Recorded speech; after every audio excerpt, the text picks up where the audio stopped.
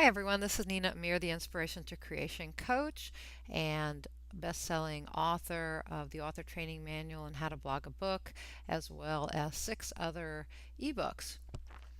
Today I want to talk to you about how to complete a competitive analysis for your book. This is part of producing the business plan for your book, which I talk about in the author training manual as well as in How to Blog a Book. It's extremely important if you want to craft a marketable book, a viable product in your market, so a book that your market needs and wants, as well as a book that is unique and necessary in the category where it is going to be sold. So where it will appear on Amazon.com or where it will appear, for instance, in Barnes and Noble or in your local bookstore. So this is it is a business process, but it is also a creative process. It's a process that should spark lots and lots of light bulbs going off in your head with ideas on how to improve your book idea and make it more marketable, more viable. But every time I talk to people about conducting a competitive analysis, they ask me, "How do you actually do that? How do you get it done, and how do you do the evaluation?" So I want to talk about that a little bit today and show you how you do it. So the way you begin is to actually research books that are competitive in nature. And before we move on over to Amazon to take a look at some books, I want to talk about the difference between competitive titles and complementary titles. So a book that competes with yours would be so for instance, if I was writing a book on how to write a book proposal, which I did, I wrote the nonfiction book proposal Demystified. That is a book about how to write a book proposal. So Mike Larson's book, How to Write a Book Proposal, would be direct competition for that book, as would any other book on how to write a book proposal. However, both those books, or any of those books on how to write a book proposal, would complement the author training manual, because the author training manual does give you all the details you need for writing a book proposal, but it is focused on how to create a business plan for your book so that you are actually crafting a marketable book, a book that will sell. And it is about crafting a career as a successful author. So it is much more encompassing and gives you the foundation for how to create books that sell using a book proposal, a business plan, as the model for that, or the tool for that. So the author training manual is complemented by any book on how to write a book proposal, and somebody who uses the author training manual and wants to traditionally publish might want to also have a book on how to write a book proposal. So they complement each other.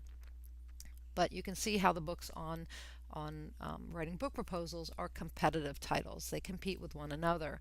Now, we also have things like spin-off books, just as an aside, and How to Blog a Book has a whole chapter on how to write a business plan in it, and so the author training manual is a spin-off from that, but it also complements it. Okay? Anyway, so now let's move on over to Amazon and take a look at how you do some of this research. So give me a second as I get Amazon up for you. Okay, so here we are on Amazon, and I have it set up to research books. What you're looking for really are best-selling books in the last 3 to 5 years, preferably the last 2 to 3 years, or 1 to 3 years. You also want to be looking at books that are coming down the pike. So you can very often on Amazon find books that are going to be published in the next 12 months. And that's a good thing to be looking at as well if you look by publication date. So if we were going to look, for instance, for books on, what should we look for? Books on, let's say, business, or starting a business.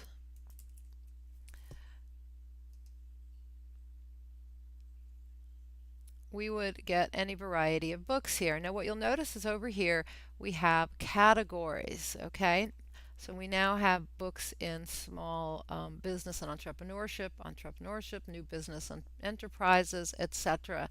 And these are Amazon's categories. In some cases they line up with the categories used by bookstores.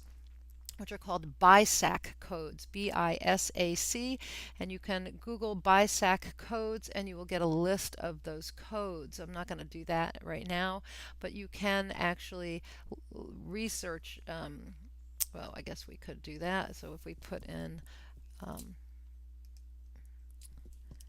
BISAC codes, you'll see that you can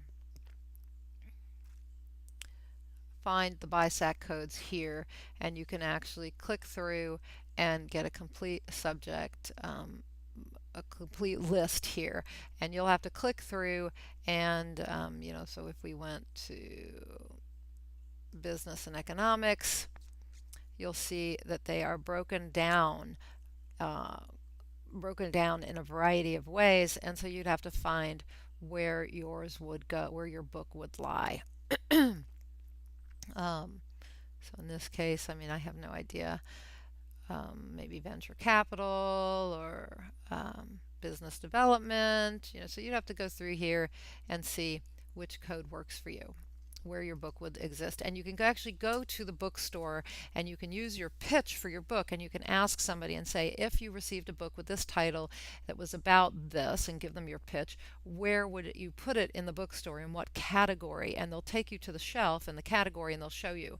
And you can not only examine the competitive titles in that way, but you'll also know where it would be categorized or how it would be categorized by a bookstore. Okay, and that will give you some idea of where you would want to put it. So anyway, here we have some books, and we can right away see that this one is a #1 bestseller in small business bookkeeping. I don't know if we care about small business bookkeeping for this particular topic, but we are interested in how to create a new business. So if we were to go to Chris Guillebeau's book, I like Chris, we can find out whether his book is a bestseller. And you do want to be looking for bestsellers. And the way to do that is to scroll on down the page. I don't know, on Amazon this is always very slow for me. But when you get to the product details here, hold on, just kind of jumping around. Okay, when we get to product details right here, you're going to see Amazon bestseller rank 2,556, and he is number 19 in books, business and money, job hunting and careers, guides. So ultimately he's in the guides category under books. Okay, he's also number 25 in entrepreneurship, and he's number 319 in self-help. Now, a bestseller is going to be in the top 100 on Amazon. So you can say you're an Amazon bestseller if you are in the top 100 in a category. Okay, so ultimately, if you can be in the top 100 in all books, that would be phenomenal. But you do have an Amazon bestseller if you are in the top 100 in a category. Anyway, what you're looking for are books that are landing in these top 100 categories. Okay, so his is in guides. Now, what you can do, we're more interested in entrepreneurship, so we're going to click on entrepreneurship, and we can go there, and we can now see we are in books, business and money, small entrepreneurship, and entrepreneur. We've broken that down even farther into entrepreneurship, but you could see there are other categories you could check out. But now that we're here, we have the list of bestsellers, and we can look inside them. Now, I didn't happen to notice when I clicked through if I was only looking at ebooks, but occasionally you will be on ebooks. The way you find that out is, if we were to go back, it depends on what you have clicked on. Here, we're in hardcover. If you click on paperback or Kindle, that's going to take you to that list. Okay? So be sure you know what you've clicked on when you go through. So if you're going to do an ebook, you want to be looking at the ebooks. If you're going to do a print book, you want to look at print books. So let's go back to this category here, entrepreneurship.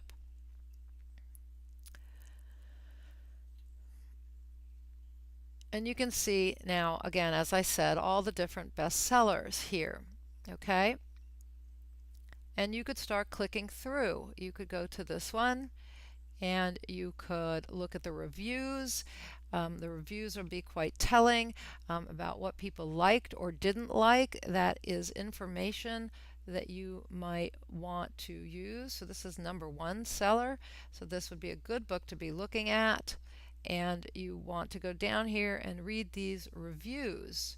Okay, the customer reviews to see what people liked and didn't like, because what they liked you might want to mimic, and what they didn't like you want to make sure you don't do. But if he's left out information or something like that, that is information that you might want to store away and say, I want to make sure I include that information.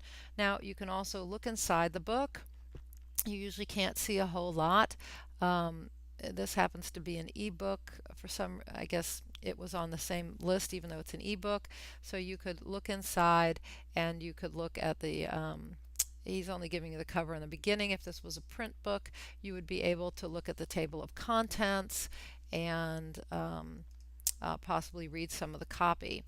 Okay, so I highly recommend that you do that. Now also be sure that you look at what's coming up down here.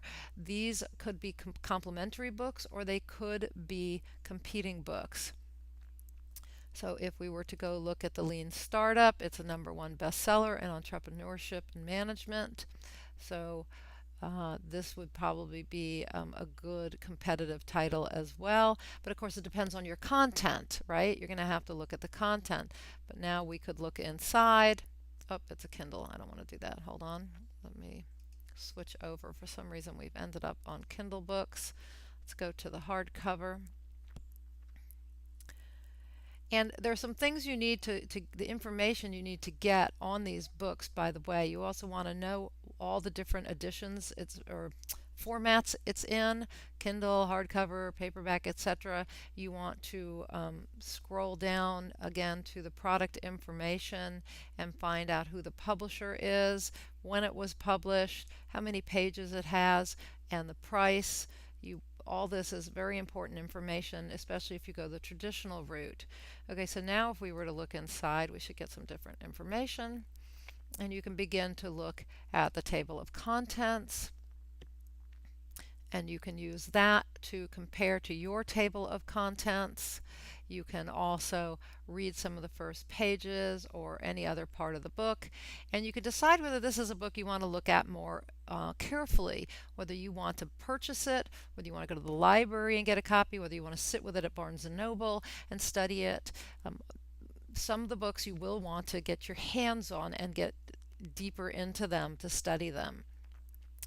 Basically, this is what you're doing, and you are studying all the different books that you can find. Now, when you're searching for books, know that if we were to go back here, and I don't want to be in the Kindle store, so hold on, and we were to put in starting a business, we could search. So we're going to do the search. And now over here, you first comes up with relevance. After that, you can do, you can select by publication date. And that is how you're going to find out which books are coming up. See, these are coming up in 2016. They're not out yet. That's going to give you an idea of books that you will be competing with later on. You can do by price, by featured. It used to be that we could do bestsellers, but now we just have to go over to these bestseller lists, to the categories. Okay, so this is what you're going to do. You're going to start here on Amazon. You can also go to barnesandnoble.com and do some research there. And then you actually are going to go to the bookstore, put your hands on some books, see if you find other books that you didn't find here online by researching offline. Okay, you can talk to booksellers in the bookstores, you can talk to librarians, all of that, and you are going to be looking for the pros and the cons. What's good about this book? What's bad about it? What could be done better? What did they do really well? What ideas does this spark for you? And that's really the evaluation, is how can I make my book more unique and necessary than what already exists. So, if you want to write a book that is uh, more um, more related to, for instance, mindset. I think I saw one here. Uh, my computer is kind of stuck. There we go. Like this, The Entrepreneur Mind, I would be looking at all the books that are related to that and saying, how can I make mine stand out? How can I make my book unique and necessary in this category, as well as addressing my readers' my ideal readers' needs and wants and pain points and questions and problems, right? So again, this is not on the bestseller list. It's number 147, so it's not going to make it to the top 100. But I'd be going back to the entrepreneurship category, and I'd be looking for books on mindset that that have to do with starting a business, and I'd be finding a way to make my book stand out. How can I make it different and necessary both for my readers and fill a gap in the bookstore shelf, right? So, or on the bookstore shelf. I want to find out, where is the hole? What is the book that's missing that I can provide? So, if I was doing mindset, I might be looking at Awakening the Giant Within, or I don't know. I'd be looking through here for more books that are related to that, or I might be looking at mindset books.